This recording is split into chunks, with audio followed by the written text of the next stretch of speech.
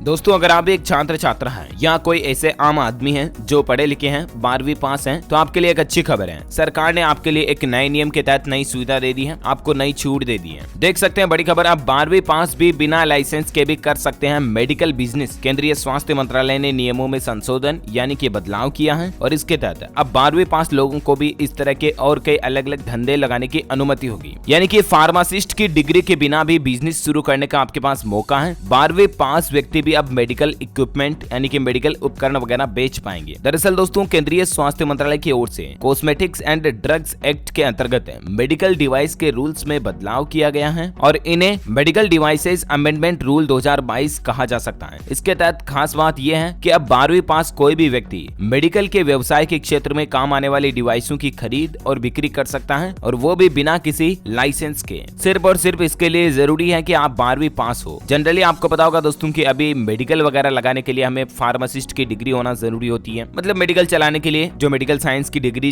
Required eligibility होती है वो लेना जरूरी होता है, राइट। लेकिन अभी जो ये कोरोना पेंडेमिक आए थे ना, कोरोना महामारी, इसके आने के बाद मेडिकल उपकरणों की मांग एकाएक ऊपर बढ़ गई और इसके चलते खास तौर पर कोरोना की दूसरी लहर के दौरान ये देखा गया कि थर्मामीटर से लेकर ऑक्सीमीटर, ब्लड प्रेशर जांचने की मशीन, ऑक्सीजन सिलेंडर, इनको लेकर काफी मारामारी रही। कहने का मतलब काफी डिमांड रही थी इन मेडिकल उपकरणों की, राइट। और सिर्फ मेडिकल स्टोर्स पर ही इन सामानों को बेचना, खरीदना काफी मुश्किल हो गया था और लोगों को कई गुना दाम देकर इन चीजों को खरीदना पड़ा था। लेकिन अब केंद्र सरकार इन्हें लेकर संशोधन करने जा रही है और इसके बाद सिर्फ मेडिकल स्टोर पर ही फार्मासिस्ट के उपकरण नहीं मिलेंगे, बल्कि कोई आम आदमी भी अपनी खुद की दुकान लगा करके मेडिकल फील्ड में काम आने वाले जितने भी उपकरण है ना, उनको बेच खरीद पाएगा। और एज एक तरह से ये नया धंधा भी लगा सकते हैं आप, बिजनेस जैसे कह सकते हैं, अपनी कोई दुकान वगैरह लगा सकते हैं जहां पर इनका होलसेल सेल आउट खरीद भी कर सकते हैं या रिटेल में सेल आउट खरीद भी कर सकते हैं। जैसे मान लीजिए किसी को मेडिकल में इमरजेंसी में ऑक्सीजन सिलेंडर की जरूरत पड़ जाती है, ब्लड प्रेशर जांचने की मशीन की जरूरत पड़ गई, ऑक्सीमीटर की जरूरत पड़ गई, थर्मामीटर की जरूरत पड़ गई, है ना। तो ये चीजें पहले क्या है कि सिर्फ मेडिकल पे ही मिलती थी और हमको भी खरीदने के लिए मेडिकल से ही लेनी पड़ती थी, राइट। लेकिन अब आप केवल मेडिकल उपकरणों को बिना किसी मेडिकल लाइसेंस के भी बेच और खरीद पाएंगे, यानी कि आप खुद भी इन उपकरणों की दुकान लगा सकेंगे। अब इसके लिए आपको कहीं पर भी किसी तरह का कोई लाइसेंस लेने की जरूरत नहीं होगी। अच्छा हाँ, यहाँ ध्यान रखने वाली बात यह है दोस्तों कि आप सिर्फ और सिर्फ बिना लाइसेंस के मेडिकल इक्विपमेंट यानी कि मेडिकल के उपकरण ही बेच पाओगे, दवाइयां नहीं। दवाइयां, टेबलेट्स, गोली दवाई ये बेचने के लिए तो लाइसेंस लेना जरूरी होगा। ध्यान रखना, बात को आधी अधूरी समझ के